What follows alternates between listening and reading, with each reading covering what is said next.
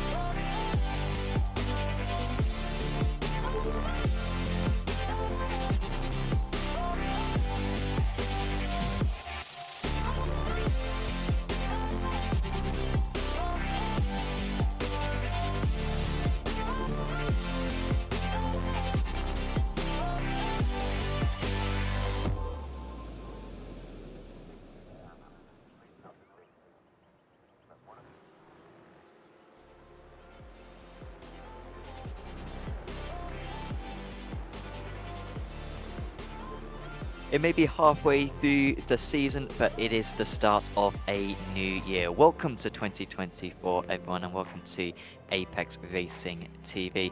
My name is Sam Fitzpatrick, and alongside me is Aaron Smith with Joshua Wilkie, bringing you this stream on our YouTube channel. And it is our first stream of the year, commencing in this fantastic championship. And Aaron, after a slightly different format last time out at Interlagos when we had the extended hour-long race, we head back to the classic, the format that we have come accustomed to so far this season. It's back to the heat and it's back to Aragon. Yeah, it's back to how we like it. Although the format we used last time was very, very entertaining, but I think you pointed out at the end that the drivers don't really like it, and I can't really blame them. It's not really something you do in this car. They're not designed to do races that long, and as a driver that's competing in the Endurance Championship in prototypes in a few days, yeah, I think that those types of cars are more what you'd expect to be doing 60-minute races in. These are just designed for quick, snappy, wheel-to-wheel racing constantly, and Aragon, hopefully, should provide us with some decent racing. I don't know too much about the track, to be honest. Just gonna be really honest. I prefer every other Spanish track, to be honest. I don't know about you, Sam, but it's gonna be a bit of a learning experience for me. I've not really done much Aragon on this game at all. The Spaniards set a high standard in circuits. I think they're probably in Europe the third best nation behind Italy and the UK when it comes to I can back that. quality of circuits. Let us know if there's any French or German fans of circuits out there, but I think Spain's a solid number 3. And I do think Barcelona and Jerez are better. Valencia, perhaps. I mean the proper Valencia, the MotoGP circuit season finale, is a quality one. I think there's some other quality ones as well. But yeah, this one's all right. It is all right, and everyone's still getting used to it on iRacing. We'll see how the drivers get on with it. We're currently in qualifying, The AM and the Pro-Am drivers have set their qualifying times. The Pro drivers are now out, and of course the man to watch out for, Aaron, is Gabriel Salomon, because we can show you the championship standings at this point of the season. And after some more solid points last time out, I think it was a 4th place at Interlagos, he still has a good lead in the title race. Yeah, even though, you know, we say it was just a 4th place for him, it was still a very, very impressive race for him. I think he came from about 12th or 11th place all the way up to 4th, just out of pure skill, saving the tyres and having good, consistent pace. But the top 3 realistically were, I think, a bit out of reach for anyone in the rest of the field. We had quite a lot of mix-ups as well. We had a lot of guys coming back through the field. I think Nick Madsen was one of them. Nicholas Nold as well, one of our championship contenders, having a pretty poor race. But yeah, it was a nice change of format, which provided some pretty shock results, to be honest. And we all quite enjoyed it. But as we said, today we're just back to the format that we all know and love, the classic heat format here on Apex, and just a regular qualifying session as well. The Pro-Ams and the AMs have already had their session. Now it's just down to the pros in these final 8 or so minutes to get their lap times in. And, well, Gabriel has not really been the best over 1 lap, really, this season. He's had a couple poles, but never really has sort of stood out as someone to set blistering final lap times. But you can always expect this man to just come back in the race, just some way or another. You know, he could probably start 10th and still end up on the podium. Yeah, I absolutely agree. He's always one to be formidable come the race, and he had a brilliant start as well in Slack because he made up a lot of places on lap 1. Welcome to everyone in the chat. Karen Madari saying Happy New Year. Happy New Year to you as well, Karen Madari. Nick Horn saying Happy New Year as well. Glyn, welcome to the chat. Daniel as well. Suggesting that there should be a 12-hour endurance trophy at Spa in the Porsche Cups. Would you sign up for that, Aaron? I don't think I would, no. Unfortunately. I'm not good enough in this car. I can't. I wouldn't do it at Spa. I'd want to do it almost at a circuit a bit like this. Something a bit alternative, like a Zolder, a Zandvoort, a Brands Hatch, something like that. Like a B-tier circuit.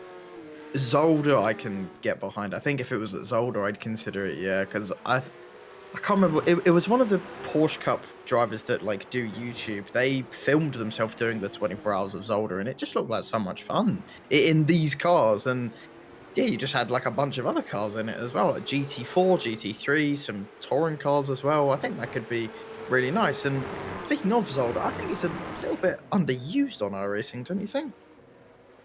Yeah, the scan is ancient, so that doesn't help. So yeah, hopefully we get an update on that.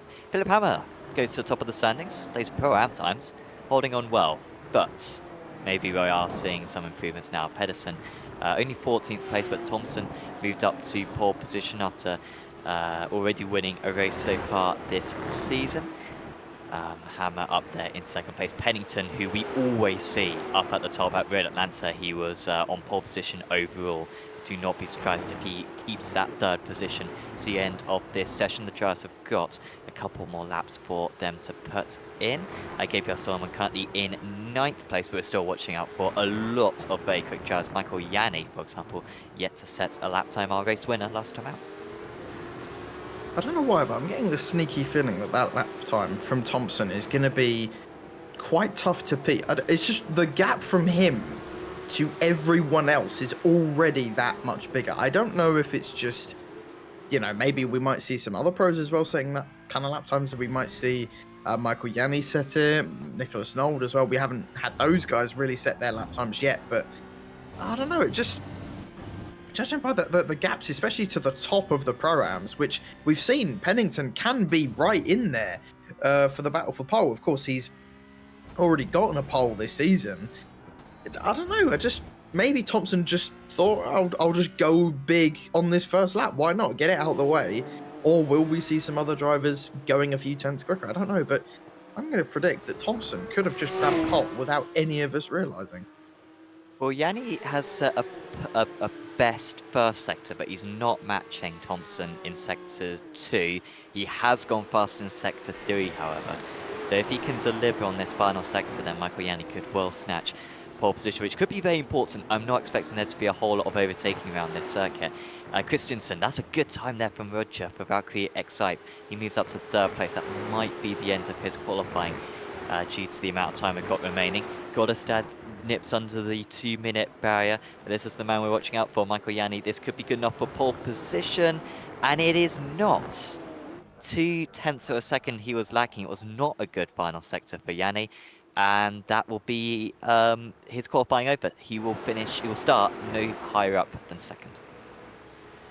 I have the feeling that Thompson might have put in quite a few laps around this circuit, and to be fair, not a bad strategy considering that, you know, Aragon, it's a track that, you know, we kind of expect not that many people to turn up for compared to the previous rounds, because it's still fairly new to iRacing. I don't think that many people really have actually bought the track. It's not used too often in officials from what I've seen so far, so he might have just thought, I'm going to take advantage of this and just try and grab a win, because I don't think that many other people would have given that much time and thought into it. And fair play to Thompson if that is the case, and he's got a pretty sizable lead at the moment up in 1st. No one's really been able to come anywhere near. No, he is well clear at the moment. Victor Wolfson trying to improve. He's currently in 20th position. Moldovan just dropping down the order down to 19th. He was a fair bit higher than that because Glenn Key and co have all improved. Salomon still laying down in 14th place. He's some 1.2 seconds off the pace, and he's in the pits as Salomon, so he's going to start no higher up than 14th. Bit of a disaster, that one. His teammate, his Outson Motorsport teammate, Victor Wolfson, is trying to get ahead of him, but this is not looking like a strong time at the moment for Wolfson. It's going to need to be some spectacular final sector in order for him to get ahead, and I doubt he's going to have the time to complete a lap after this, because it is a very long circuit, this, at nearly 2 minutes for the gyro, similar to Road America in terms of the lap time length. Oysten Hereford also improving. He's up to 15th. Let's see if Wolfson can pull something out the bag. He can improve a lot in the final sector, but it's still only enough for 18th.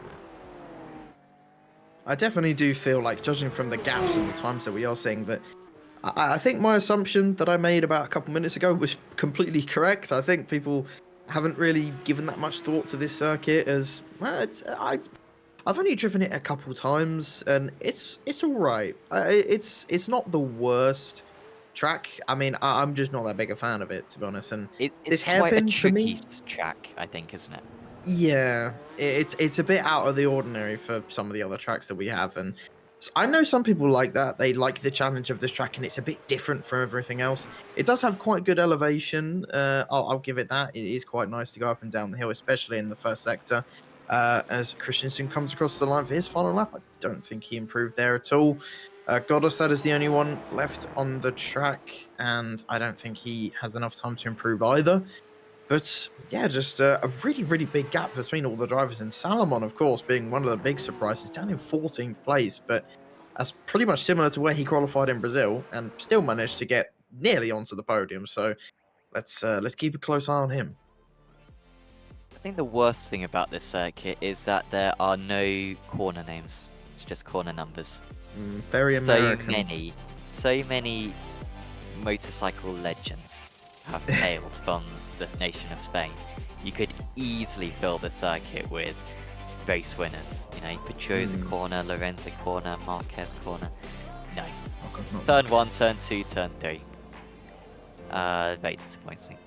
Here comes the grid then for this first race. It is Patrick Thompson on pole position, ahead of Joe Vegard, Godestad. Philip Hammer lines up in 3rd place. Then it's Luke Pennington, Igor Koss, Glenn Key, Albert Quatchup. Good to see Key, by the way, up in 6th place. He doesn't usually do qualifying, so he's actually got a decent chance at a good result tonight. Hereford is in 8th place. Nolder, bit of a disappointing 9th for him. Wolfson in 10th. Then it's Moldovan. Marshall up top of the AM drivers. Palomino in 13th. Then it's Agard, Livingston, Muldercleave, and Rudinja with a lot of work to do. He is taking to the grid, at least, Rudinja. And of course, a change for this round, Aaron. Only the top 10 make it straight through into the A final. It's even tougher to get into the A final. Was top 12 before. Yeah, just with the little cut in participation, and of course at a track like this, you kind of expected it to happen. Getting into that top 10 is going to be a little bit more different and difficult in terms of people going for riskier moves. I mean, I say that, but then again, you know, just look back to Road Atlanta, the B final, where no one wanted to win the race, and yeah, people still went for it. So anything can happen in these races, but like you say, it's just going to make these first two heats that little bit more interesting. Yes, yeah, it will make it a bit more demanding. And, well, so at the moment, no amateur drivers would get through. Let's see if Gordon Marshall, who's done it on several occasions this season, can break that. The lights are coming on then for the first race here at Aragon, round 6 of ARA Porsche Cup. And away we launch. It's a strong start for Thompson. He'll comfortably be able to take the racing line into turn 1. Seems all fairly even behind him. I think Godestad is going to hold on to P2 through the first corner, and into turn 2 they mainly go single file. Krotchuk with a good start. He's got ahead of Key. Will start for Oyston Hereford, but besides that, very few changes down the order. Honestly, considering the turn 1 at this track, I'm very, very shocked and I'll give a round of applause to this entire grid in this Heat 1, as this turn 1 is notoriously difficult, but there is our first spinner of this first heat. I believe that was Hereford who went spinning round. Unfortunate for him, he was in a decent starting position, but just got tagged by one of the drivers. Everyone else managed to avoid him, but it's just created a little bit of a gap in that midfield, as you can see already. From Marshall, pretty much, he's got no cars in front or behind him. He's in his own little pocket. 2 cars going side by side. This is Moldovan trying to get past, I believe it's Mulder Cleave around the outside, not really a corner you'd want to overtake at. Tries to go the over and under down the inside. Can he do it? This is going to be tough. He's already trying to get the move done. Mulder Cleave on the outside, but Moldovan has the better line going into this corner and gets it done. Moldovan is going to have a little bit of work to do this race, but manages to get the overtake done. There's Redinger as well, one of our shocks in qualifying, or he might have had a penalty, but either way, gets the move done, and props to him, and props to most of our drivers for getting it through cleanly. Yeah, pretty crazy start there for Moldovan. It was up 5 places before being overtaken by Redinger. So apologies, not Redinger, Moldovan. So yeah, really got a fantastic launch and took advantage of the issues around him.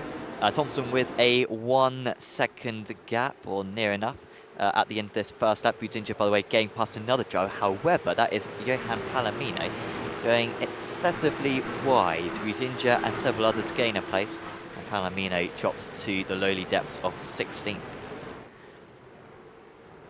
Yeah, but only 2 drivers so far in this first lap really making mistakes, and Hereford, of course, being one of the bigger losses there. He's got a lot of ground to make up in this race and in the B final, which surely he is going to be stuck in, unless something ridiculous happens in this race. But Thompson, again, I'm going to give myself props for what I said earlier about him taking advantage of this track, and maybe he just really suits it and has put a lot of effort into it, and all fair play. He's got a really sizable gap already.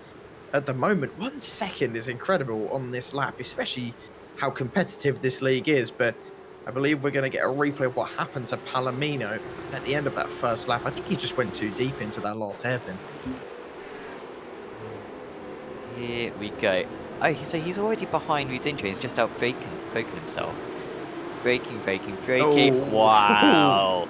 I did not know there was a gap there, but he has found it. Doesn't take out Muldercleave, doesn't take out Moldovan, and manages to find the middle. Oh yeah, Redinger's had an issue, yeah. I don't think that's internet related, but Redinger's just out. I'm not sure if he tagged with anyone, but to be honest, at this track, it's surprisingly hard to hit the barrier. It is quite a wide and forgiving track. It's not, especially in the cars that we're in at the moment, there's not really that many high-speed corners where you can spin off and hit a barrier, to be honest. I'm really surprised that he's already out, but I mean, that's really unlucky for Redinger, who has had a bit of a tough time this season. He's had some really, really good pace in some of these rounds, but sometimes just hasn't had the luck and just fallen down the order more and more, and currently finds himself in 17th and will be starting in the B final fairly low down. But it's been quite quiet actually. Apart from the back, these top 6 have been really sensible, rather quiet.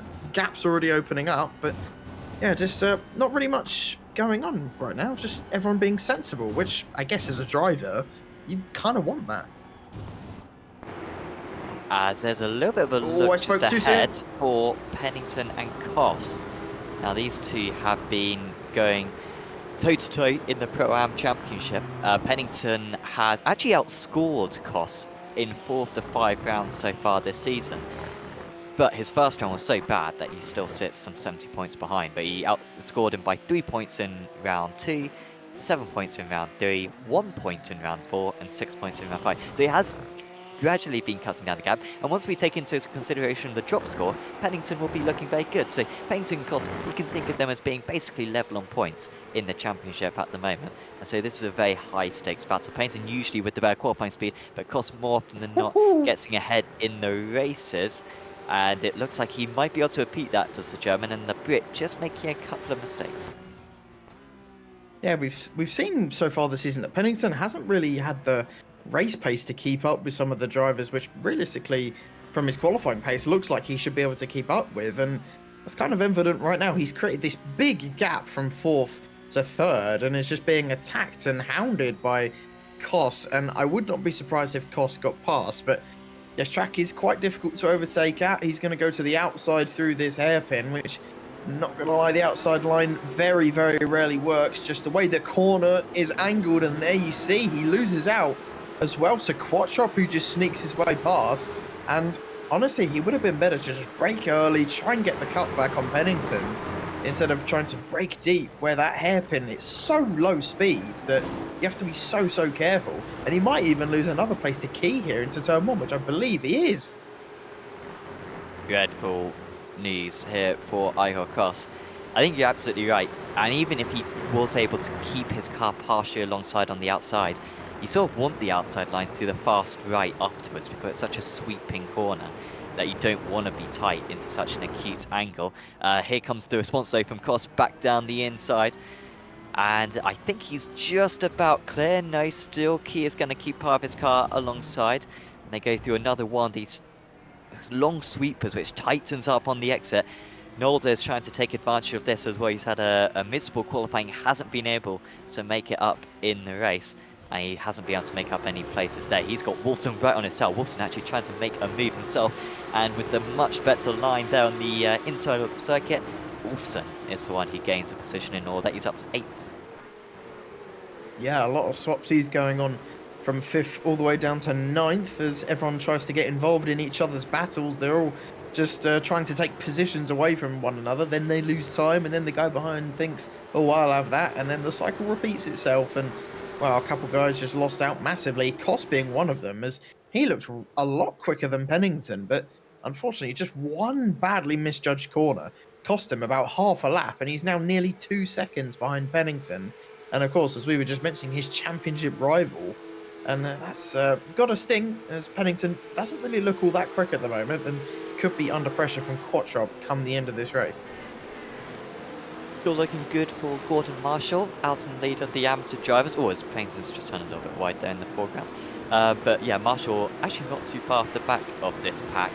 Seeing that the pro driver of Rudinja, who was sort of the guy who we thought would be able to cap into the top 10 by the end, hasn't really delivered. Moldovan had a poor start. Hereford had a very poor start. I don't know if we might be able to get a replay of that in a few moments' time, but he had a spin on lap 1. So already the white flag is out. We're just short. We were really close on making another lap, but it's a 10-minute race and the laps are 2-minute deads. And so we're literally going to be like 3 seconds short in each of the races of making an extra lap. Let's get a replay then of that Hereford incident on lap 1. I think it was just people going a bit too deep into each other, and it's just classic lap 1 antics, isn't it? And yeah, unsurprisingly, Hereford was just the victim of starting in the midfield, basically just getting spun round, and well, he's rather paid the price for it, unfortunately. And well, I imagine we'll see him coming through the field during the B final, and he'll be one of the drivers to watch out for, of course, with Moldovan in there as well, and Rudinja. But yeah, not an ideal start to the race. And Hereford has just gained 2 places, however, so it's going to be a little bit better for him when it comes to the B final. But I think Agard and Palomino came together. Not an ideal situation for those guys to be in. Only one AM driver getting in. And to be fair, considering that there's only 10 drivers, pretty impressive from Gordon Marshall, as he seems to be one of the championship favourites in the AM. But this man who's in first right now has had probably one of the most comfortable heat race victories that we've seen all season long. And, well, for once, it's been a fairly quiet race, to be honest. We've had a couple moments, and, Thompson, don't bottle it. You've only got a few corners to go, mate. He's just off half a second coming into the hairpin. I think he just let the heat get to him a little bit. But nevertheless, he could, afford a mistake or two. Patrick Thompson then wins the opening heat here in Aragon, and well, it was fairly easy. It should have been 2 seconds at the top without that mistake, but nonetheless, the Dane is proving time and time again that he can be a thorn in the championship rival's side. And that was a really impressive win. He set some amazing lap times. And Pennington winning in Pro-Am then. Really good drive from him, just about holding on. And Gordon Marshall winning in AM. He will be the sole AM so far to get through into the A final. And, well, just like that, the race is already over and went into the second heat. It really flies by, this series.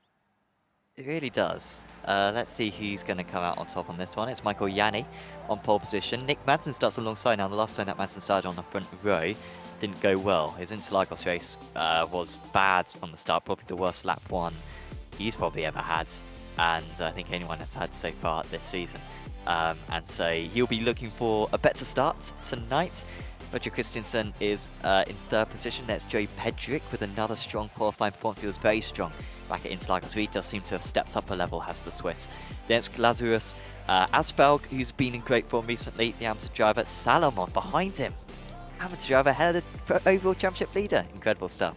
And then it's Koopmans, Jensen, Young, Pedersen, Volter, Horg, Bjorklund, Moliord, and Horn, rounding out the 16 cars. The final driver is on the grid, and the lights will come on once again, and we'll find out who is going to advance to the A final from this second heat of the evening. Away we go. Great start for Yanni. Good start as well for Madsen. He'll be comfortable in second place. Good start as well for Christensen. Really no changes in the top 5 so far. A little bit so with Salomon trying to gain a few places in the background. He's trying to get past Thomas Asfalg right now, and a couple of his other teammates as well, trying to make progress as well in the Outson outfit as they go through the first sector for the first time. Top 6 all in single file.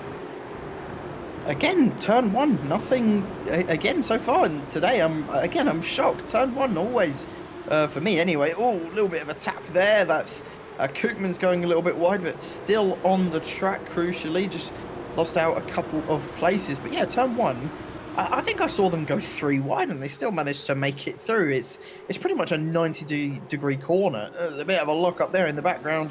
This is Petrick trying to stick a nose up the inside and overtake Lazarus in front of him. He should be able to get this done. He's got the better line through these next few corners, and Lazarus going very wide. He's going to be lucky to keep it under control. He just about does, and that is Salomon going for the move.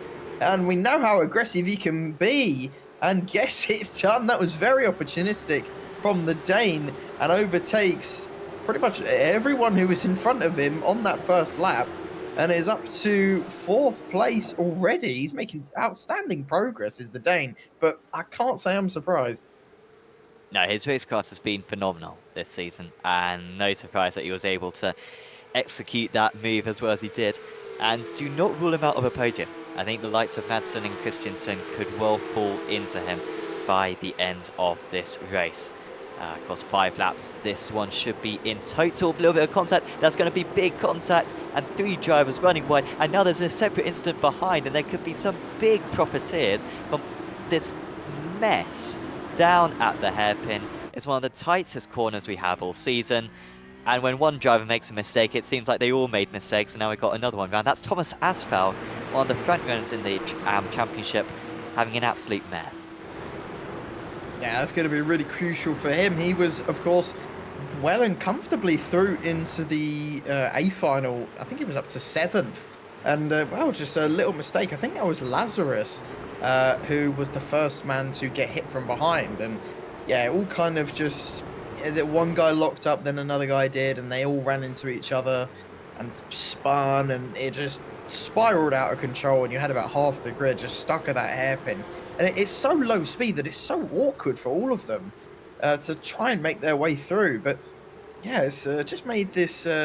race just a little bit more interesting. I think we can get a replay of exactly what happened, and we'll also keep an eye on that. Nick Madsen also just gave up second place there. This is Lazarus. I think it was a car behind, actually.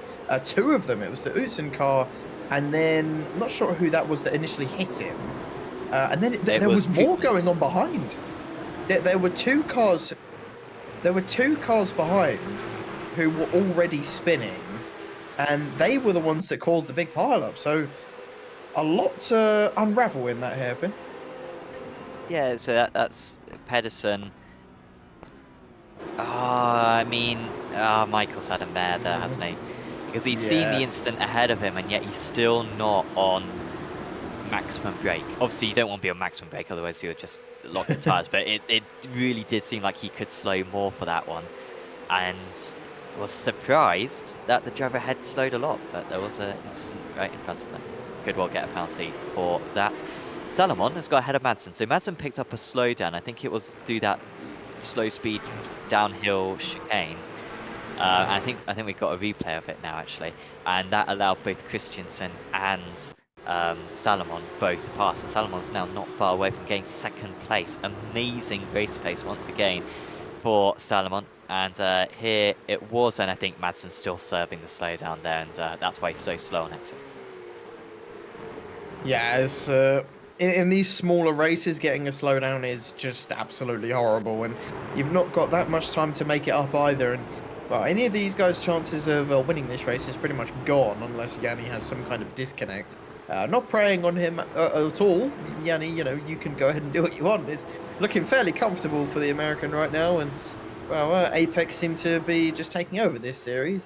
Surprise, surprise, they're taking over their own series on their own channel, on their own team. Who would have thought? Michael, Yanni, and Thompson, of course, so far being your race winners this season for Apex Racing Team. They're doing a pretty good job, I'd say, so far, for turning up pretty much halfway through the season. So, yeah, well on them. Looking good for Pesk is Michael Yanni, and looking forward to seeing him race in that later on this year.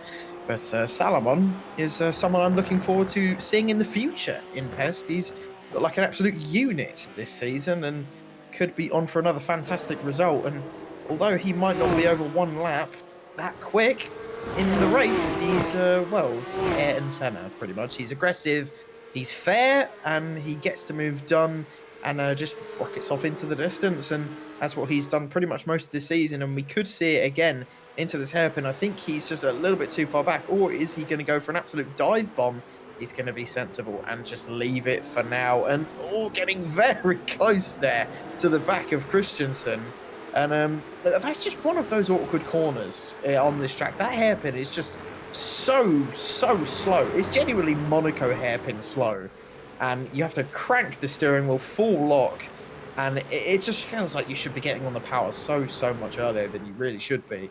But, yeah, it was a little bit too far back, but won't be surprised if Salomon gets past Christensen probably within the next few laps. It does seem to be a matter of time, and this circuit is a very easy one to make a mistake on as well, and so it's very possible that there'll be a change, but we have just got a lap and a half remaining. We won't quite get a sixth lap in, even though Michael Yang is very fast. He will miss it out on it by about 5 seconds or so. And of course, currently, top 10 all getting through. Koopman's in that 10th place, a bit of a guilty 10th place. He was the one who was the first to cause the crash at the hairpin early on. Will probably receive a penalty, but only post-meeting, maybe post this race. So he will still get into the A final. Pedersen, however, is quite close to him. He's only 4 tenths of a second back. Young is in there. Bjorklund is in there as well.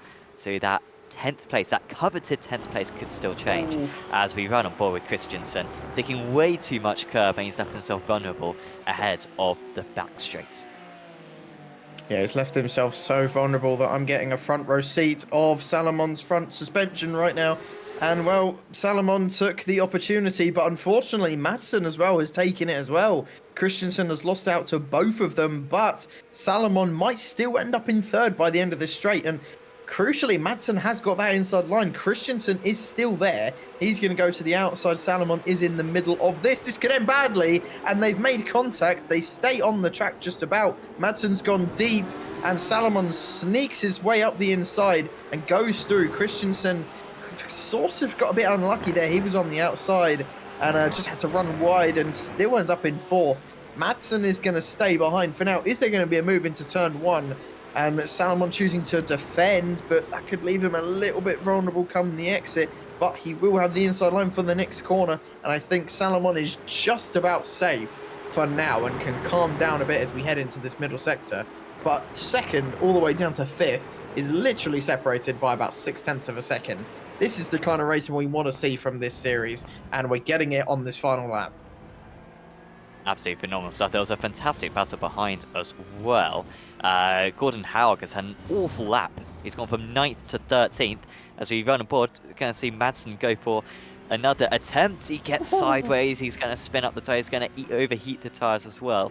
And he'll do well to come back at any point now for the rest of the lap.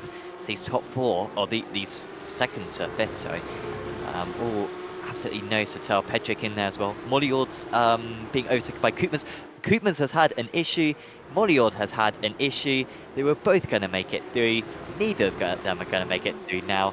It looks like instead it's going to be Young and Bjorklund, and this was not a crash worth having. They're 8th and 9th, and that was over-ambitious from the 282 Koopmans with his second incident of the race. Yeah, some would say that it was coming his way, judging by what he did on the first lap. But no, Koopmans, and yeah, it was just a bit of an optimistic move from him. Didn't really have to make it, but I hope these things happen in racing. It happens all the time. Yeah, everyone can be forgiven for making a mistake or two. There's Madsen trying to go for a move. Salomon trying to break it off, but goes deep. That's definitely going to lose him a place or two. It's going to be 3 wide nearly as Madsen gets shoved out onto the edge of the track. But just about, Salomon gets ahead. Can Christensen take away that second place from Salomon? I don't think he can. And Michael Yanni wins, having no idea what's just happened behind him. 5 seconds ahead of everyone else. But that was a superb finish for second place. And I don't think Salomon's very happy, although he did get pretty much the best result he could. I don't think he's going to be happy with that one. I didn't even mention as well, Pedrick as well. Managed to finish in 4th, ahead of Madsen. Madsen on the line, like 5 meters before the line, he managed to get ahead. I think it was 0.04 of a second. It looks tighter than that, honestly. It was literally with a couple of seconds before the line that he was able to get his nose ahead. So Madsen looked like he was through, wasn't he? Salomon went deep, and you thought, okay, Madsen's going to get through here. But he got on the outside, and he was always going to be shoved out from that position. So we move into the B final. A lot of AMs in this one, a lot of pros as well, actually. Watercliff on pole ahead of Molliord. Then it's Livingston, Horg, Hereford, Volta, Agard. Watch out for Agard, he's going to be very quick. Koopmans, Palomino, Horn, Moldovan, and Asphalt. Watch out for Asphalt as well. And Rudinja, actually. I can see, I'm going to go for the bottom 3 plus Moldercleave to get through. I think that's a risky call out. I think it's a risky call, and I think it's full of beep, a word I can't say on here, unfortunately. Rudinja has chosen not to start the race. So you're already wrong, no matter what happens, but we are away here in Aragon, and it's a fairly even start from our front two, not really much separating. There's a car that's just jumped absolutely into 3rd place. That is Hereford, who's just absolutely sent it. I think he started from 5th. That was a really good start from him.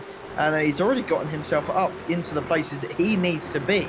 And Moldercleave as well gotten a decent start. He's still leading this race. And I think you're right in terms of Moldecleve getting through. I think he will be able to. And oh, there's contact there. That's Mollyord, who just went way too deep. And there's Harefoot as well, getting all squirmy, trying to avoid him. He might try and go down the inside at some point, but there's Mollyord going wide again. He's letting the pressure get to him a little bit, and it's gone so wide he might lose 2 places here instead of just 1.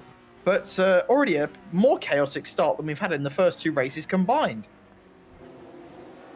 And an awful start as well for Volta. He spun on the exit of turn 1, and now we got another spin, and that is Mollyord. And what an awful few corners for Mollyord. And I don't know if that last one was a mistake or whether it was contact, but it was an absolute mess.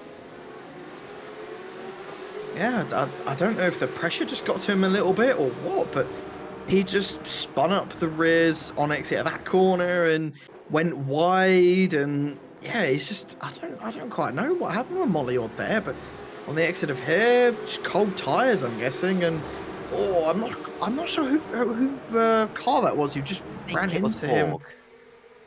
I think yes, you're right. It was Haug who was the unfortunate victim there, and he might be able to lose a place to Koopmans, who's going up the inside. This looks like a fairly textbook overtake from him. Moldovan's made up a couple of places as well. Your prediction looks to be fairly dead on at the moment with Moldovan, at least. But literally, you're only 2. I'm pretty sure it was Moldecleve and Moldovan that you predicted. They're the only successful ones right now. And there's Hereford going for the lead of the race. I don't think Moldecleve really needs to fight this. And we've said this a couple of times in the B final over this season, that it's not really worth defending that much if you're already up into the places that you need to be. As, like I said before, Road Atlanta. Go back and watch that race. It ended so badly for about half the grid. Yeah, there's a nice clip on our social channels of the craziness that was that race. Let's have a replay of the craziness that was the start. A bit unlucky it looked like for Volta. I don't think anyone did a whole lot wrong there, but there was just a bit of contact, and he was accelerating simultaneously, and that was enough to unsettle the car. But he's done everything right here. You know, he's been on the inside. He's, yeah, just unfortunate. You're right, a bit of iRacing there. Car shouldn't bounce like that, should it? No, not really. Yeah, if that happened in real life, it would have just been a little bit of a tap, and that would have been pretty much the end of it. As Koopmans going up the inside of Moldecleve as well. Yeah, Koopmans and Hereford looking pretty much like the strong ones at the moment in this race. Moldovan not really making the progress that he would have wanted. I think he might have made some kind of mistake or has damage, as he's got quite a sizable gap in front of him, and it's actually extending a little bit as well. So Moldovan not really having the best of times. I don't know if it's just the track. His car looks fine, so maybe Moldovan just is struggling around here. I don't really blame him. It's still a fairly unknown to a lot of iRacers, but yeah, just would have expected a little bit more from the Romanian, as he's just outside of where he should be right now. He lost 3 seconds in sector 2 of this lap. There are 4 sectors, so you can. Yeah, we might be able to get a replay of what happened to him. Maybe a moment where he's had a spin. So he was in the mix, and he was on the outside 3 wide against. That would have done it. Against 2 teammates as well. I mean, he'd actually gained a couple of places, so that was the battle with. So he was battling with that was Livingston and Asphalt. Asphalt currently in 5th place. So had he pulled that off, he would be up in 5th place right now with Moldovan. But instead, he's dropped down to 7th. He needs to gain some places. Gaining places is Gordon Haug. He's got past Moldecleve, but these are teammates, so maybe a bit of teamwork there. Seeing that Haug is faster right now. Yeah, I'm going to guess a little bit of team tactics there, and Moldecleve does need to be a little bit careful, to be honest, as he could lose out to Asphalt as well behind, and he doesn't look amazingly quick right now, does Moldecleve. He could lose out to Palomino as well. Still got about 9 minutes to go in this race, and yeah, this is one of those longer races. I think Nick Horn and Livingston are absolutely going at it. Of course, this is just for points at this rate. And Nick Horn really trying his best, but he's going to be swamped by these guys. and he's going to give it his best go anyway. And I absolutely love seeing this from Nick Horn, and unfortunately just loses out. And that is the deepest line I think I've ever seen in my entire life from, I believe that was Mollyord, who's gone so deep. And then this is Mollyord, who's just gone up the inside of Nick Horn. It was Livingston who went ridiculously wide. And I genuinely don't think I've seen anyone go that wide and still manage to keep it on the track. I'm not 100% sure where Aragon is geographically in Spain, but he's ended up in Jerez, I'd say, geographically. I mean, just how have you gone this deep? Well, he hasn't shifted down. I think that's the reason. I don't think he's got any engine braking, but he's still in 5th gear. So I think he had an issue with his shifter, and there's no engine braking to help slow the car down. But he was closer to taking the cut through than he was the circuit. I would like the cut through layout to be used more, honestly. I don't think that left, right, left adds anything, because we have a very similar sector. The whole circuit is just long corners tightening up to the left, and then long corners tightening up to the right. So it sort of creates chicanes. And that's pretty much what that sector is as well. So we can get rid of that bit. Horn has got ahead of Mollyord, so I think Mollyord's made a bit of a mistake there, because he's now dropped back a bit. And now this is some tight racing between Moldecleve and Asphalt. Asphalt trying to move his way past. Moldecleve not giving up, but this is losing them time. It's dropping them back into Moldovan. And Moldecleve, who looks so good in the early stages, starting on pole position. He is really at threat of not getting into the top 6, because he is going to lose this position surely to Asphalt, because his rival has got the outside line, he's got the better exit, and the 332 may have to finally concede this place. They remain alongside, and this is going to lose them more and more time. And after all of it, Asphalt is ahead, and Palomino is going to be able to go for a move almost instantly. Yeah, you say it was nearly done there, but I think Moldecleve tried to keep it going there, but he's just lost himself out, and that's him fully out of it now. And Moldecleve has absolutely no chance of getting through. And, well, I don't think you could really ask for a worse race. And honestly, I think it's worse going from first all the way down to about last slowly than it is just crashing on lap 1, because it just happens so in like little stages. Just, okay, I'm just losing a little bit of time. I'm first, I'm third, I'm fifth, I've spun.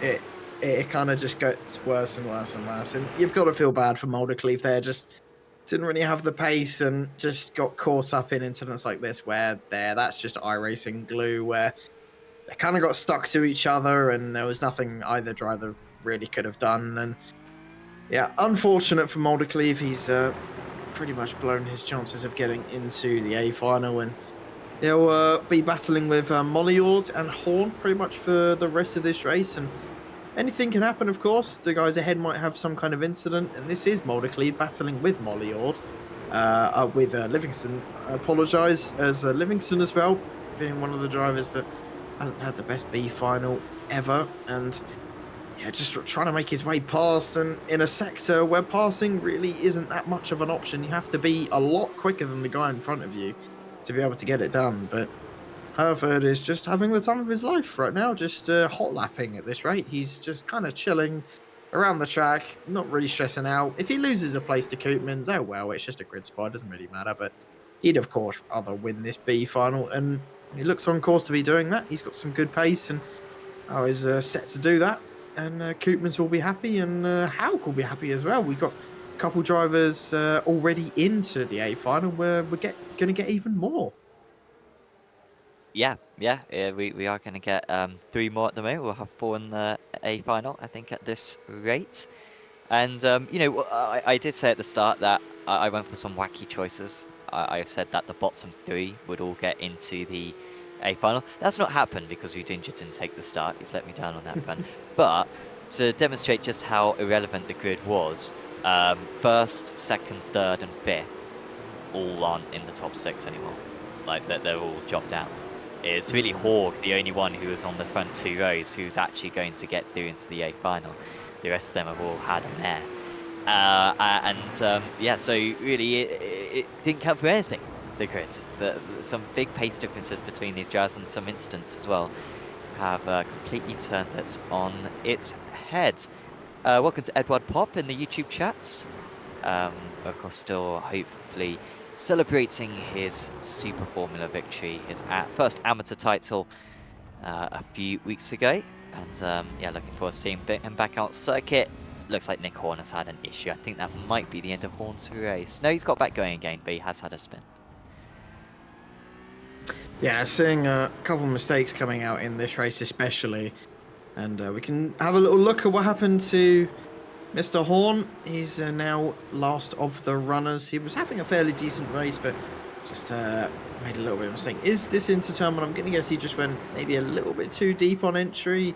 No, just spun it up on exit, and fair enough. Just a little innocent spin there for Nick Horn, not causing anyone any harm, and just spinning the car around nicely there. And unfortunately, he will most likely finish last of the runners. He will finish ahead of Walter, who had his incident on lap 1, and Rudinger, who just said nah.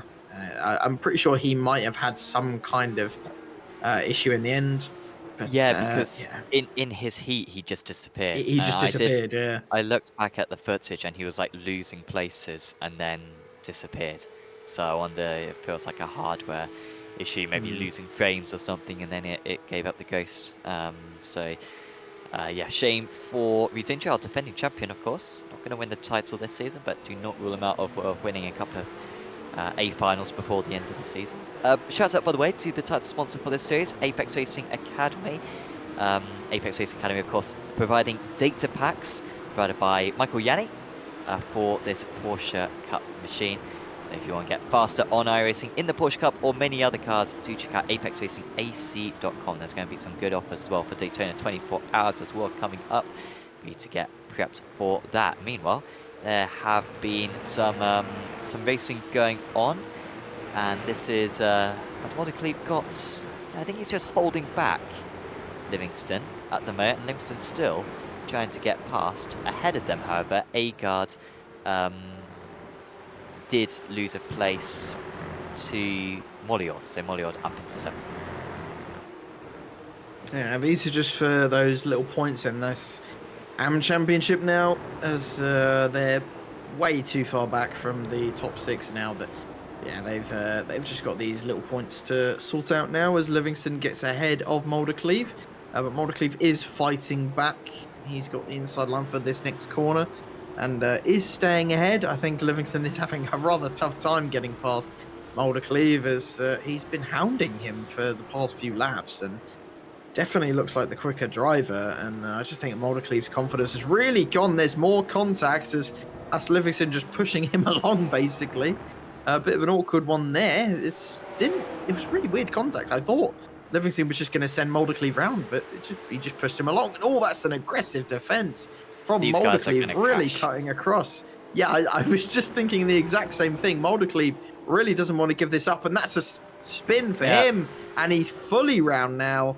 And, well, Sam, you called it. It ended in tears, and Mouldercleave is going to be, well, peed with himself. And from first all the way to 10th, really not the way he wanted to end today, as he's gone even deeper. I think he's just frustrated now. I will not be surprised if he just escapes from this race. But Hereford, we've not mentioned him in a couple of laps, wins this B final, and he will be starting ahead of all of these guys in his A final.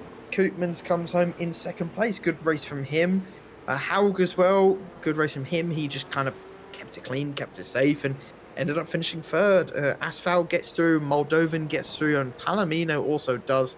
Everywhere else, it's just picking up scraps for those little points. And yeah, unlucky for some of our drivers, but I think apart from Rudinger, who didn't start, I think everyone who got through, we kind of expected to get through, apart from Mouldercleave, I guess.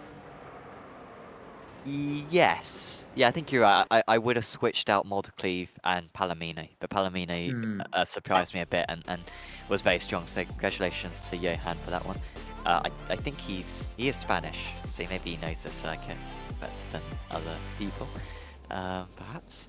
Glyn, by the way, in chat, just saying how Yanni is the man. Wow, that was a voice fake, wasn't it? Gosh. Man. Man. He is the man, and he has learned a lot from him. So that's a good testimonial there from Glyn.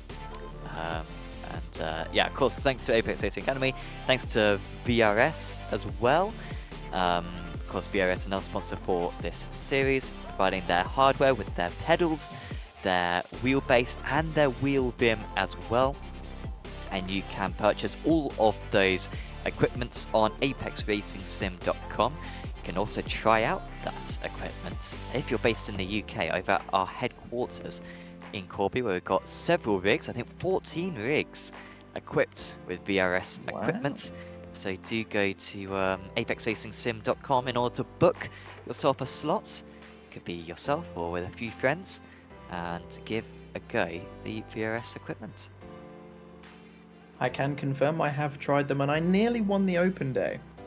I didn't reach the final because some word I can't use sent it up the inside at the chicane in Alton Park and I had nowhere to go.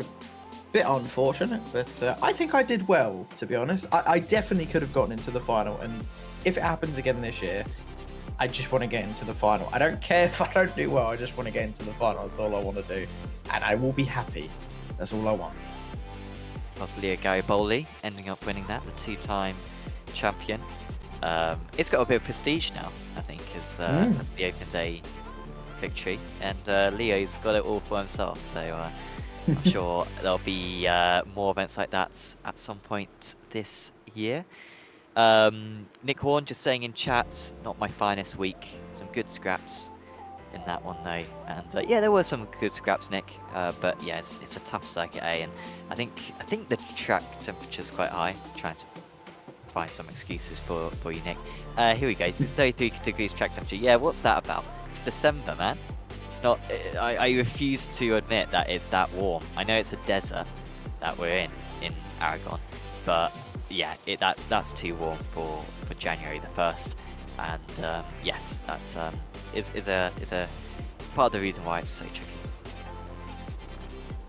Yeah, I mean, I sympathise with you, Nick. I don't like this track either. It's not amazing, and I think we were just digging a couple minutes ago about how it's literally just fast sweeping corner into a corner that really shouldn't be this slow, and the fact that you have to have your brake bias a lot higher, because if you touch the brakes a little bit too much, you'll just lock the rears and spin, because, you know, you're braking and turning pretty much 90% of the time at this track, which is unfortunate to say the least. But enough about the track. It's the final race of today, the A final, Prestige. Yes, very much. Thompson on pole position alongside his teammate Michael Yanni. Goddestad lines up in 3rd place, and it's Gabriel Salomon. Difficult to tell how quick Salomon is. He was very quick, but in traffic for most of his heat. That's Hammer, Christensen, Pennington, Pedrick, and Portrup. That will be an entertaining top 3 in the Pro-Ams. Madsen has got a point to prove in 10th. Then it's Koss, Lazarus, P, Jensen, Wilson, Pedersen, Nold, Young, Marshall, Bjorkland, Hereford, Koopmans, Horg, Asfalg, Moldovan, and Palomino, rounding out the 26 cars. Top of the amateur drivers is Gordon Marshall. Asfalg is 2nd place out of the AM drivers in the championship, so watch out for those two potentially interact each other on track. The lights are coming on, the engines are revving up, and it's an Apex front row. The A final at Aragon is underway. So strong start for our pole sitter. Not a great start for Yanni. He's going to be a little bit defensive against Goddestad into turn 1, but I think he's got it all covered off as they go through the first corner. Just the top 4 in single file. There's a bit of contact behind. I think that's Gordon Howard losing a few places. I think maybe one of his Racing Lab esports teammates actually as well, having a bit of a poor start as well as they race through turn 3 and turn 4. Anyone going for any dives into turn 5? It looks like maybe one of the Outson Motorsport drivers might go for it. And a little bit of contact in front of him, Nick Madsen and Corey Lazarus. They go through wide, and it's Jensen who ends up losing a couple of places. But out in the top 10 at least, very few changes. I will say this for the final time tonight. Nothing happened in turn 1 and I am in shock. It's a 90-degree corner. How are we getting through so clean? Well done to everyone. It's really, really good to see how clean this series can be at times. This is Gordon Marshall getting a little bit squirrely as we head into this middle part of the track, which on any other lap is fairly calm, but on this opening lap, and that's Gordon Marshall spinning round, and there's a few other cars that are being collected. That's 3 or 4 cars there that have been spun round. Marshall, Hereford and Haug. And that's really unfortunate. Marshall, of course, being one of the protagonists in that championship. And I was watching from the car behind, and his car just looked so unsettled through this entire corner. Tried to catch it, but unfortunately just absolutely nothing he could do. Cold tyres on lap 1 in a rear-engine car in a Porsche at this track. Just not a good combination, and unfortunately he paid the price. I'm a bit deep in the brakes into it in P4, but nothing changing. Someone's got to go for a move. Madsen has gone for a move on Lazarus. Those two have been side by side for the entirety of the first lap. Looks like Madsen, he's not totally clear. Lazarus is coming back as they go over the crest, and they have crashed. They have crashed. Madsen is round. Nolder has had an incident as well. I think that might be separate, or maybe it was Madsen spinning back onto the circuit. But Nicholas Nold, who was second place in the championship going into tonight, I don't think he is going to be after today because it's not been a good day for him. There was Lazarus on the outside. Madsen on the inside. Madsen hasn't necessarily left a whole lot of room, and actually I think it's the rejoin from Lazarus which has taken out Knowles. I don't know if it was Nicholas just trying to avoid Lazarus or what. We're definitely going to have to eventually have a look at what happened to Nicholas Nold, because yeah, it just kind of it just spun off. But Nold and Madsen all are going to be ones to watch for the rest of this race, as they're going to be clawing their way back through the field. Thompson is just screaming away from the cars behind at the moment. 7/10 already. He's really putting the hammer down today. I think we can have a look at what happened to Nold as well. Of course, been one of the main championship protagonists, so we've got to look at this. We have to look at what happened. Of course, there's the Madsen incident in front. There's Lazarus, and a bit of netcode. Yeah, that's I mean, it's a European server, and he's New Zealand. Sorry, from New Zealand. Yeah, so I mean that's even worse. Like New Zealand is it's further away further than Australia, so didn't have a chance. Unfortunate is the only way that you can really describe it, to be honest. But yeah, these things happen all the time, and Madsen, his incident was caused by the classic iRacing glue, where they just kind of get stuck together. And unfortunate for them, but we've still got some fantastic racing going on, as we pretty much will do all race, because it's Porsche Cup. You're used to this by now. Pennington doing Pennington things. He's leading the Pro-Ams at the moment in 6th place. He's having a good day, is Pennington. He finished 4th in his first heat, and at the moment is quite a ways ahead of his main championship rival Koss, who's in 10th place right now and 4th in Pro-Am. And Koss not having an amazing day so far. He's still, being nice and consistent as he has been this whole season, but just hasn't had amazing pace, and his luck has not been too great either. As Pennington, as we saw in his opening heat, he is probably going to be hounded by these guys, but is fairly good on the defense. This is going to be a battle to watch for about the next 14 minutes. This is going to be where it's going to spice up, and we're going to get a couple cars catching up. Pedersen, Jensen as well. Those guys will probably catch back up if these lots start fighting.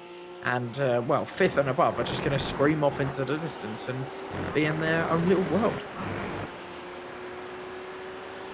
Just having a quick look through the past seasons of Porsche Cup. I'm trying to remember, and this is bad that I don't know that. I don't think Godestad's won a title in Apex Racing Academy Porsche Cup, but it is wonderful to see him up at the front.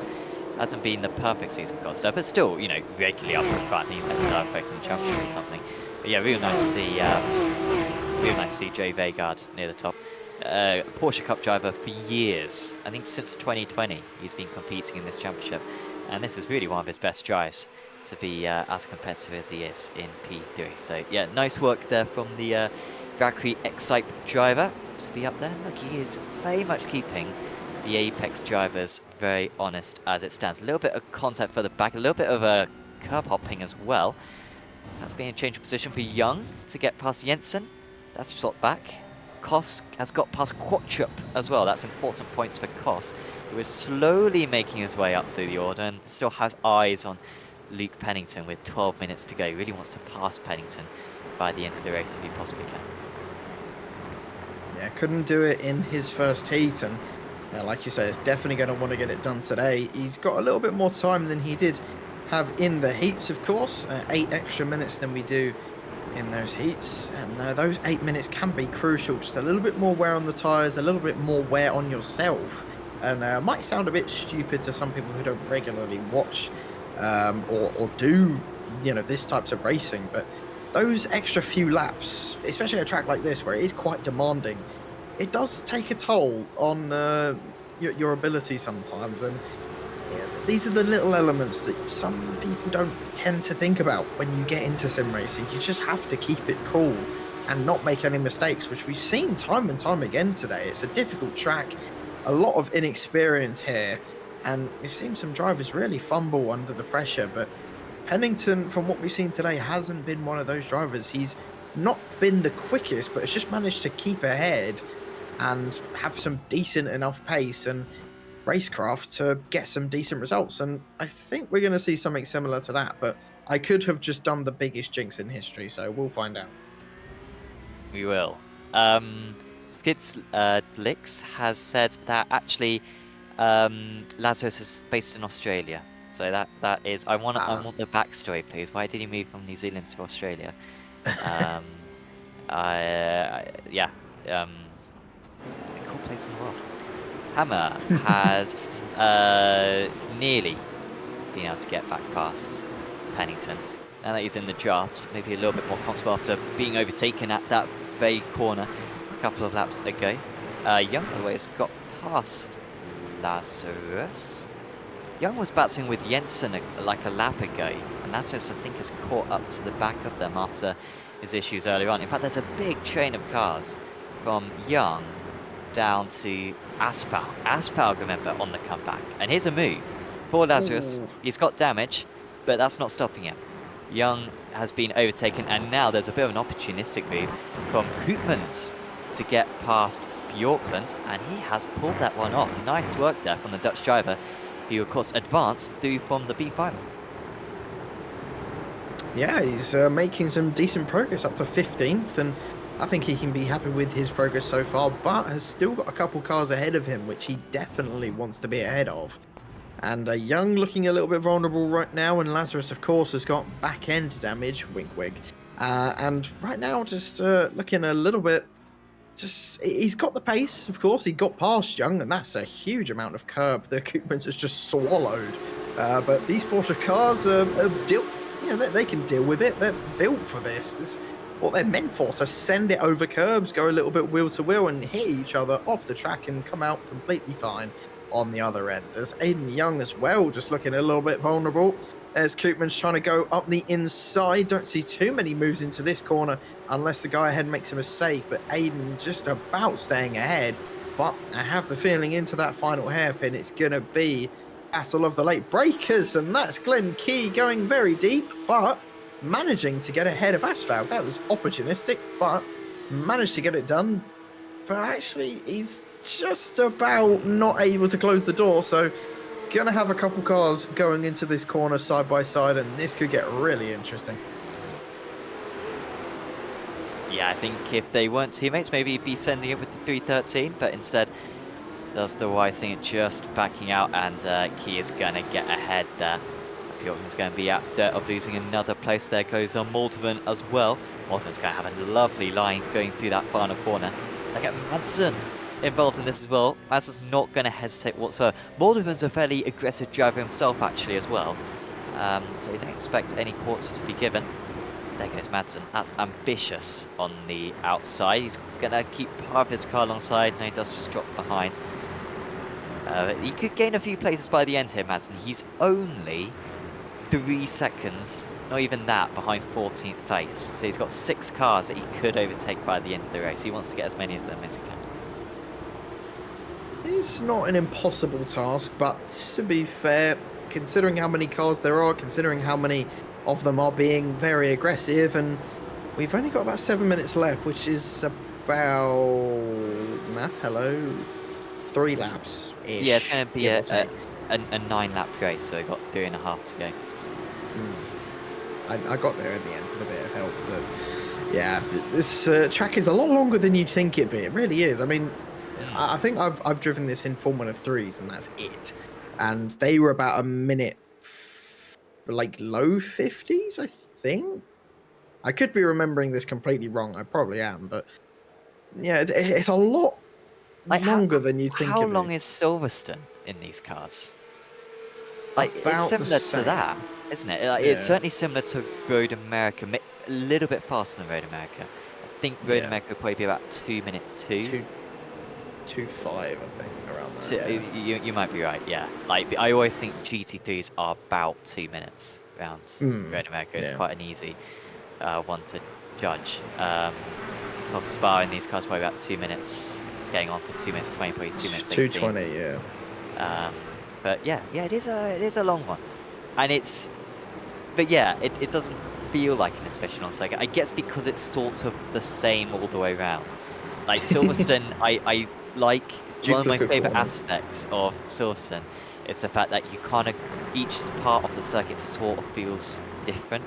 Like the loop feels Yeah. different, and then you go to the old pit straight, that feels different. Beckett's feels different, and then the end part of that feels different. Spa is sort of the same, the way that you got the forest section and then you got the more wide open sections. Here it is just the same. It's deserts, more desert, occasionally a grandstand. All the corners are quite the same. It's sort of the same types of corners throughout, and so yeah, it doesn't feel like the same journey through a lap as you get around other circuits. I literally get exactly what you mean, word to word. And I guess with those types of tracks, you also get, like, every corner has its own history. Like, something has happened in every single corner. So you go through it and you're like, okay, this has happened, you know, either a crash or an overtake. And if it's an overtake, it's like, let's try and replicate this. If it's a crash, you're like, let's try and not replicate this. And because Aragon, I'm guessing not that many people have seen it live or watched it or driven And it's it. quite a new circuit as well. I think it was only came about in the 2000s. About a year ago. What? Oh yeah. In real life, yeah. I thought you meant in iRacing. No. I know. Oh yeah. I know what you mean. Like, it is fairly modern. There's Madsen trying to take advantage of the modernness of this track as he tries to get past Asphalt up into 18th place. He's definitely going to go for a send into this hairpin. As he's lacking in straight line speed quite a bit. You can see there that Asphalt is just pulling away, but late on the brakes, Madsen's going to beat. That's a send and a half, but he's brave, and is going to sneak up the inside. It's not going to be 100% as Asphalt is still there, going side by side. Madsen's going to get PTSD from this. They're still side by side going around this final corner. Managed to keep it clean still, but Madsen is going to have the inside for turn 1, but of course he's going to have that straight line deficit, which means he's going to have to be brave on the brakes and gets it done. Moldovan's going to try and look for an opportunity to get past as well, as he's just being a little bit patient, and then when he sees a door open up, he's going to go for it, and he might have to wait a couple more corners for that. But as Sam and I have just mentioned, it's kind of impossible to tell what corner you're at because they're all the same. They're just uphill, downhill, left, right, repeat for 2 minutes. And yeah, it's a fairly forgettable track, if I'm honest. And I understand if people like this track, as it is fairly challenging. And of course, I guess if you're from Spain, then yeah, you probably enjoy this track quite a bit. But yeah, I don't really. And if I didn't have to do these broadcasts, I probably wouldn't have even bought it, gonna be honest. Nick Horn saying, is it Daytona that you don't like, Sam? Yes. He hates it. Yeah, rubbish circuit. So we have got a clip actually, a short on the channel if you want to see my reasoning. your It is ramp. not good. Top three, all fairly the same still. Yanni being helped out with the slipstream from Thompson to stay ahead of Goddestad. Meanwhile, Christensen is going past Salomon. This is what we're expecting. Valkyrie absolutely on fire tonight. It's going to be Apex, Valkyrie, it looks like, because Christensen is ahead of Salomon. And that is a fantastic result for him. But Salomon is going to be able to pull alongside her and try to retake this fourth position. Christensen will have the best line into turn 2. And this is how much trust has Salomon got in his rival. Christensen, one of the cleanest drivers, former champion as well of the series. And they are still alongside. But Salomon's excellent racecraft once again comes to the fourth. And he is ahead. And remember, this is the final lap of the race. So this is crucial times, and Christian's going to have to do the move at the hairpin all over again. I mean, considering how all of his championship rivals have kind of faltered today and over the last few rounds, Salomon can kind of do whatever he wants, to be honest, at the end of this race. Apart from crash, that is not something I'm suggesting. But anything but crash, just finish in a decent place, and Salomon is going to be fine. He's got a pretty sizable lead in the championship right now, and, well, we're sort of getting to the point in the season where we can sort of start seeing who is and isn't going to win the championship. And, I mean, we've said it from, like, round 1 and 2. Salomon seems to be the favourite, and after tonight, I think it's kind of solidified that, to be honest. Salomon's put in a great performance, and that's Goddestad going for a move. I don't think anyone expected that, but I think he's just messed it up a little bit. I think he would have just been better to be a bit more patient, wait for this straight, and just go for the move into the hairpin. But, yeah, unfortunate for him. But like we've mentioned a couple of times tonight, either way, he can be proud of what he's done. So third place is still a fantastic result for him, as his teammate is trying to get past Salomon as well for fourth place. As Salomon there just defending and will hold on to fourth in this race, but it's going to be Patrick Thompson taking another win for Apex Racing Academy, and I'm starting to think if he should be in the academy at all, and maybe the bosses at Apex Racing TV are going to be thinking the same, as he is putting in some performances pretty much ever since he's joined Apex. He finishes ahead of Michael Yanni, who is in the main team. That's going to be an awkward conversation to have, but either way, everyone else coming across the line. Pennington, in the end, does win in Pro-Am. Koss really could not catch up to his rival. Bjorkland wins in Am as well. And, yeah, the back end of the grid was rather quiet, to be honest, towards the end. And, yeah, this whole race has been just a bit calmer than we're used to in Porsche Cups. But I can guarantee the next round is gonna return to normal. Definitely. I think it felt a bit like a Barcelona round, where there just genuinely was slight gaps between the drivers, and it never really. We occasionally had some big packs, but it was a rarity, and overtaking wasn't quite as easy as we saw it at, say, Road Atlanta, for example, earlier on in the championship. But so you're absolutely right. I'm sure we'll see some more crazy action in the future. And well, let's have a look at the final results then from this A final. And it's a second race win of the season for Patrick Thompson. His second out of 3 meetings as well, consecutive in A finals actually as well. Yanni was in second place. Those two got a good shot at the championship. Salomon will still be leading the title, but even though they missed, or Yanni certainly missed the first 2 rounds, they are catching up. Though he should be second and third in the title now. Goddestad, I think, will be similar points to them. Salomon, of course, still with a decent gap there. It's Christensen. Pennington in a very strong 6th place. I think he'll be leading the Pro-Ams after this now. Then it's Hammer, Pedrick, Koss, Quadrup. Then it's Pedersen, Jensen, Lazarus with a good comeback. Young, Koopmans, Key, Bjorkland. Top of the Am drivers. Congratulations to Kim-Andre Bjorkland. Great effort from a driver who got through from the, well, finished 10th in his heats, but yeah, did amazingly in the A final. It was Madsen, Asfalg, Moldovan, Marshall, Palomino, Horg, Hereford, Nold, and Wilson. rounding out the 26 drivers. I think everyone finished the race, which was nice to see. Let's have an interview with a couple of our drivers, and I think first up, there's only one man that we can drag up, and that is Patrick Thompson, who has won his second race of the season. Patrick, congratulations. Amazing race win. Let's take it back to qualifying, because I think that's perhaps where tonight was decided, with how tricky overtaking looked on the most part. That qualifying lap looked absolutely phenomenal. To be caught to a second clear of the rest of the field was a big effort.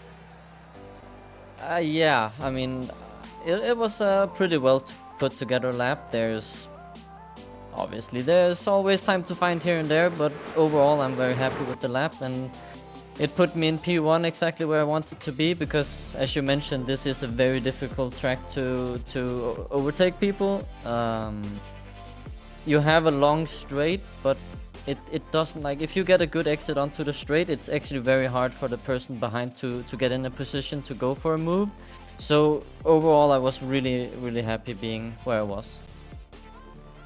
Definitely, yeah. And how have you found Aragon? I mean, it's not a circuit that we visited a whole lot. I think everyone's still finding their sort of feet on it, finding what they think of the circuit. Is it one that you're a fan of? Yeah, I mean, I have a bit of, I don't know the exact word in English, but I have some practice around here. With my old team I was driving for previously, we did pre-qualifying for the 24H series, also another huge league, and it was around here we did the qualifying actually. So I have quite a few hours in advance coming into this round, and I've also been grinding some officials during the week to try and get the iRacing up for Daytona. So yeah, definitely had a lot more practice than usual. And a circuit that I'm sure you're not going to need a whole lot of practice for is Spa. That's the next round of the series. You looking forward to that, and are you looking forward to returning to the hour-long races as well? It's definitely for Spa. The hour-long races is gonna spice things up. That's to say the least. I mean, usually Spa is, for me, I feel like it's a bit of an overrated and boring track, because you just stay there in the draft and wait for the final lap pretty much and go for the move. It's not really a big favorite of mine. Well, we wish you the best of luck that you can keep up this very strong run of form, Patrick. Is there anyone you'd like to give a shout out to? As per usual, family and friends, especially the team. Really been amazing to join the Apex side and be a part of their academy team. It's you definitely get to work with some people that know what they're doing, and it has helped me already massively improve on where I was lacking previously. So a huge thanks to the team and all the sponsors, and for you guys hosting the league, commentating as well. It's a pleasure to join you every single race night for this. I enjoyed very much, so thank you. Awesome. Thanks for the kind words, Patrick, and best of luck for next week. Thank you. Patrick Thompson there, your race winner tonight. Aaron, who do you want to talk with? I think we both know the answer to that question, to be honest. It's going to be Aiden. No, it's not. It's going to be Gabriel Salomon, isn't it? Gabriel, it's been an absolutely... well, I guess you didn't win tonight, but considering where you started in that first heat, I guess where you finished, it's decent for the championship, and once again proving that your racecraft has just been unmatched this season. Yeah, thank you. You know, of course, it's not where I want to be. And last week, last race round, I told you guys that I'd be, you know, racing and being with the family. Well, it's mostly been being with the family, unfortunately not so much racing, and I could feel that today. So in the first heat, definitely it was a good race. I had to get a bit aggressive sometimes, because it might look like it, but the track isn't the easiest to overtake on. So ending second in heat 1 behind Yanni, that was pretty good, I'd say. And then in the final, I held my position.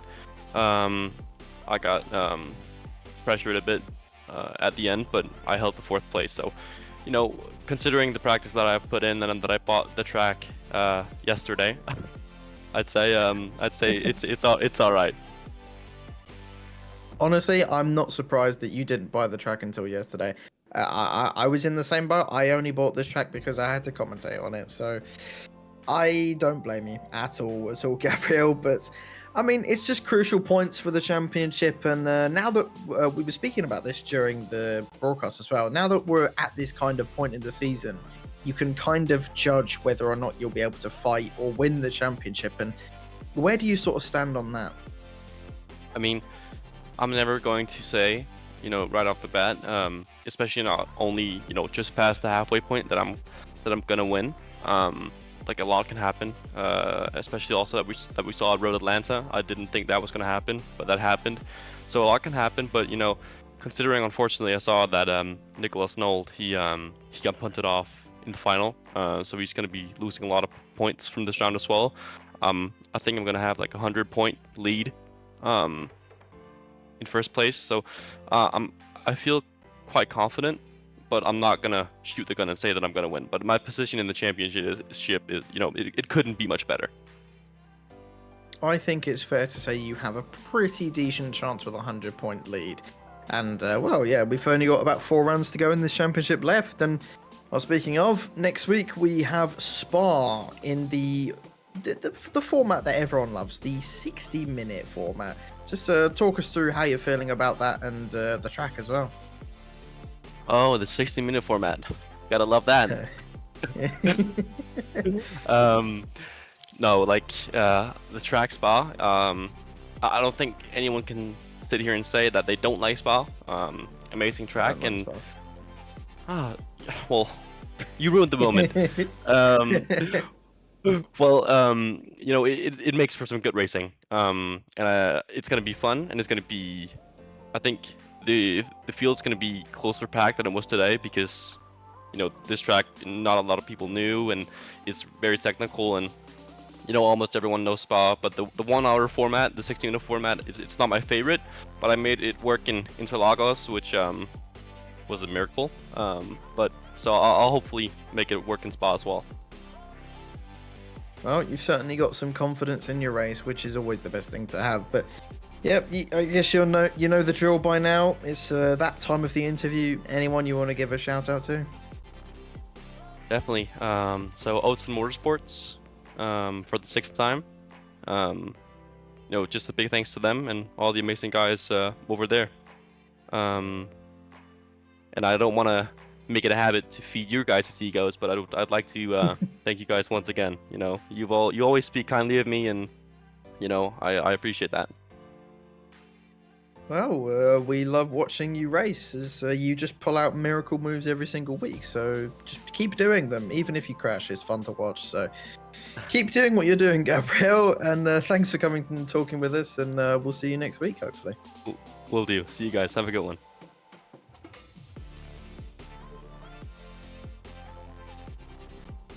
So that was our 4th place finisher, Gabriel Salomon. We'll have one more interview, this time with Mr. Aidan Young, who joins us now. Aidan, welcome to the comms box. Well, I mean, it looked like you were in the epicenter of the action tonight.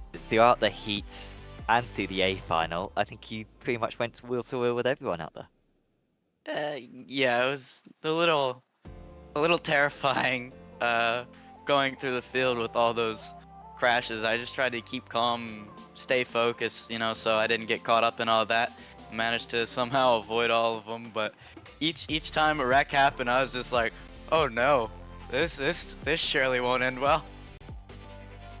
We were getting quite good by the end at anticipating when the incidents were going to happen, but you did a good job at avoiding most of them. I think there was one fairly early on in the A final, maybe, where you got maybe a little bit shuffled down or something. I mean, how was the A final for you on the most part? Because it seemed like maybe there was a bit of scrapping near the start, and then you were just in that long train of cars, 6 or 7 cars for most of the rest of the race. Yeah, my grip was pretty good at the start. Like, my setup was good for, I think, maybe the first 3 or 4 laps, and then by lap 5 and then onward, it's just no grip really. I had to start short shifting like really soon, and it's just really trying to do take every off track I could just to try and keep up, because if I would have just ran the normal line, I would have been off pace because I was just struggling for grip. I get on the power and it's just wheels spinning, the tires are dying each lap. It just car kept getting worse. It's like I was driving on ice, nothing under the rear end. Really, yeah, seemed pretty rough, but you did a good job at holding on to those places in the closing stages. How was, or how do you think about the next round of championship at Spa? Back to the 60-minute races. Yeah, what's your opinions on that car track combo? I like Spa and the P Cup. It's just not really a track where I'm that fast, so to speak. It's like, I mean, I'm pretty good at Aragon. Like I'm high 2 minutes, low 201s in the race, but if I'm not in the front pack, I'm not gonna be as fast as that. At Spa, I mean, I could probably, if fast guys are like maybe 218.1, I could probably manage 218.8. I mean, it's not bad, but it's not my best track. But I mean, I do tend to have fun with it just because of how flowy the corners are, and then obviously Spa is Spa. It's just such a legendary track. Absolutely. Well, we wish you the best of luck for that one, Aiden. Is there anyone you'd like to give a shout out to? Yeah, my friends for hanging out in a voice chat with me, keeping me sane throughout the race, so I can go a little crazy, because I had no one to hang out with me. My team for watching as well, helping with like sets and practice every day and before the weeks before the races. So like after one ends, prep for the next one, and then the league, the guys who host this league for putting on such an amazing league. It's been a lot of fun competing in it, and then all the competitors for making it as competitive as it is. Awesome. Well, thank you for the kind words, Aiden, and yeah, we'll see you back in a week's time. Yep. Aiden Young there, finishing in, I believe it was 14th place in the A final. It was 14th place in the A final. A championship update, by the way. Order of the championship after that round. We can now take into account the drop score, and it is actually looking fairly good for Gabriel Salomon. I thought it'd be a bit closer than where it is, Aaron. But it's 600 points for Salomon, 514 for Nold, 487 Godestad, 485 Yanni, 478 Thompson. So we'll take some cutting down there. Luke Pennington now leads the Amateur Championship by 8 points over Igor Koss. It's a two-way fight in the Pro-Ams. And in the Amateurs, Gordon Marshall with a comfortable lead now in the title race. So yeah, looking good for Salomon after tonight. And I think your point earlier on, Aaron, about him just needing solid results. As long as he can score 100 points a round, most amount of points he can score is 130. If he can reach 100 points each round, he's pretty much uncatchable at this point. Yeah, I mean, he doesn't even have to qualify well like we've seen today. He can just start from 12th and, end up in 4th. It's just ridiculous how good he is during a race. And if he can sort out his quali pace, then, well, he'll be fighting for podiums and wins pretty much non-stop. So yeah, I can't wait for him to just get a little bit more practice in. As well, if he can do a race like this with little to no practice at, fair play to the guy. I think we've all said this. He will be, if someone can catch him, right, like one of the bigger teams can notice it, I think he will be a special driver in this car anyway.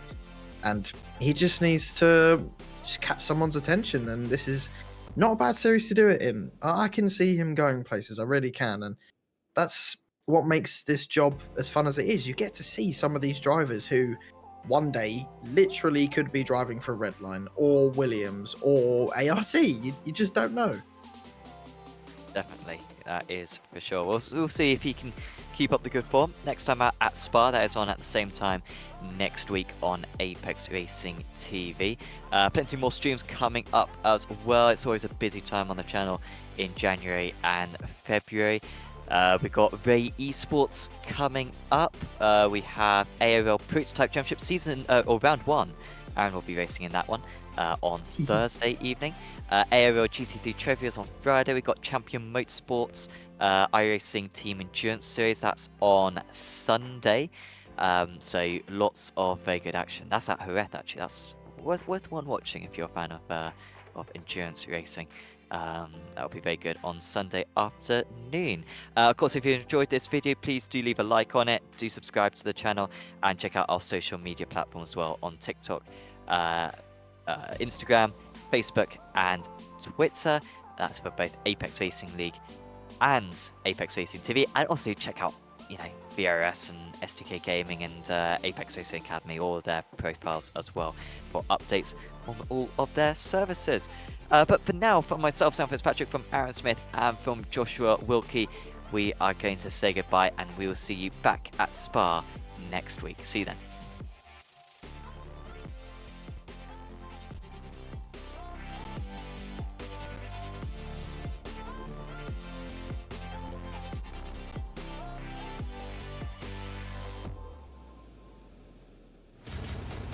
Are you struggling for consistency in your sim racing? Does your iRating look like a roller coaster? If so, we have good news for you. The way to get more consistent is to first understand what you're doing differently than the professionals. And VRS is the answer. With our competitive subscription, you will have the telemetry, setups, tutorials, and everything else you need to fully analyze your driving. Our data packs and the ability to compare your driving with the best in the world will show you exactly where to adjust your inputs, change your driving line, and shave seconds off of your lap times. And our powerful and precise Direct Force Pro wheelbase and precision pedals are being used by some of the world's best drivers. All these champions agree that VRS hardware is not just the best on the market, it's also priced well below the competition. So if you're looking to upgrade to direct drive and the best pedals in sim racing, VRS is your answer. If you want to get better, get faster,